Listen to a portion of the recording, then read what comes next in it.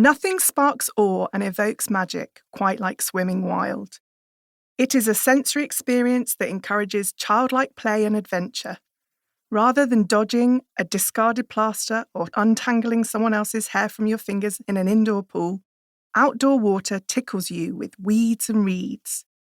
In wild water, you encounter wildlife at earth level, duck poo between your toes, and depending on the time of year, the sweet scent of water mint, damp woody aromas, or musky syrupy smells from flower and fauna. Wild swimming can be restorative, energize you, or offer transformation. Scuffed up shins, salty hair, or muddy feet, nothing makes you feel more feral. Swimming wild is different to just swimming. Outdoor swimming takes some consideration. Where you swim will have a huge impact on how you swim, what you wear, and what you take with you. Unlike lifeguarded and often warm swimming pools, open water is natural, ever-changing, and can be cold.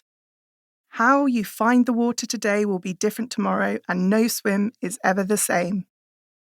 While I have always loved the water, I haven't always loved the wild unpredictability or the looming creatures that inhabit it. Though I came to realise that almost everything in the water is more afraid of you than you are of it, pretty much everything swims or moves away from you.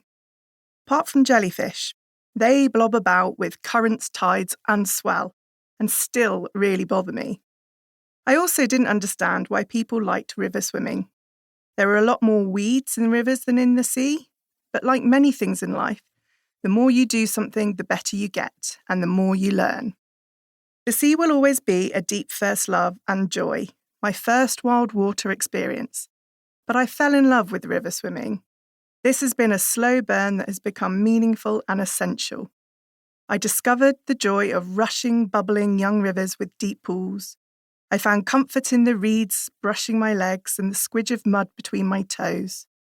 I take great joy in journey swims from one place to another down a river, enjoying the vast widths and lengths ahead of me, and allowing the natural flow to push, float, or pull me downstream.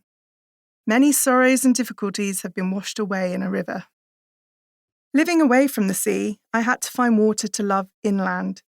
As well as rivers, I have sought out lakes, ponds, and outdoor pools. My love of maps extended to being spread out on top of them, seeking, searching, and crawling over the paper with my fingers looking for blue wiggles or blue blobs near to home or wherever I travelled. After years of training and swimming at events across channels, down rivers, or looping in lakes, I decided to return to the water for myself. I wanted to rediscover the magic and find new swimming experiences and locations without the pressure to swim for a set period of time or distance. I wanted to swim just for joy, head down or head up. I wanted to re-wild myself in the water. Around the same time, I changed my work and found a way to share my love of the water through writing, photography, guiding, coaching, and more recently, teaching. All of my work today involves wearing a swimsuit.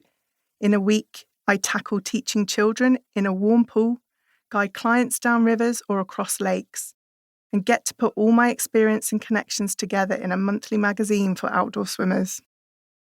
After decades of swimming outdoors and writing columns of words about it in magazines and newspapers, it makes sense to pull this into something more useful.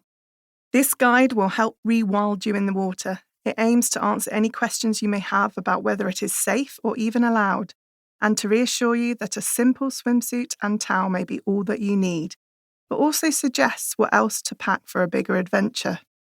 I hope to point you in the direction of water you know and desire to dip into, armed with some knowledge to mitigate the risks. But above all, I want to ignite the wild magic and play within all of us to swim feral and free in blue spaces.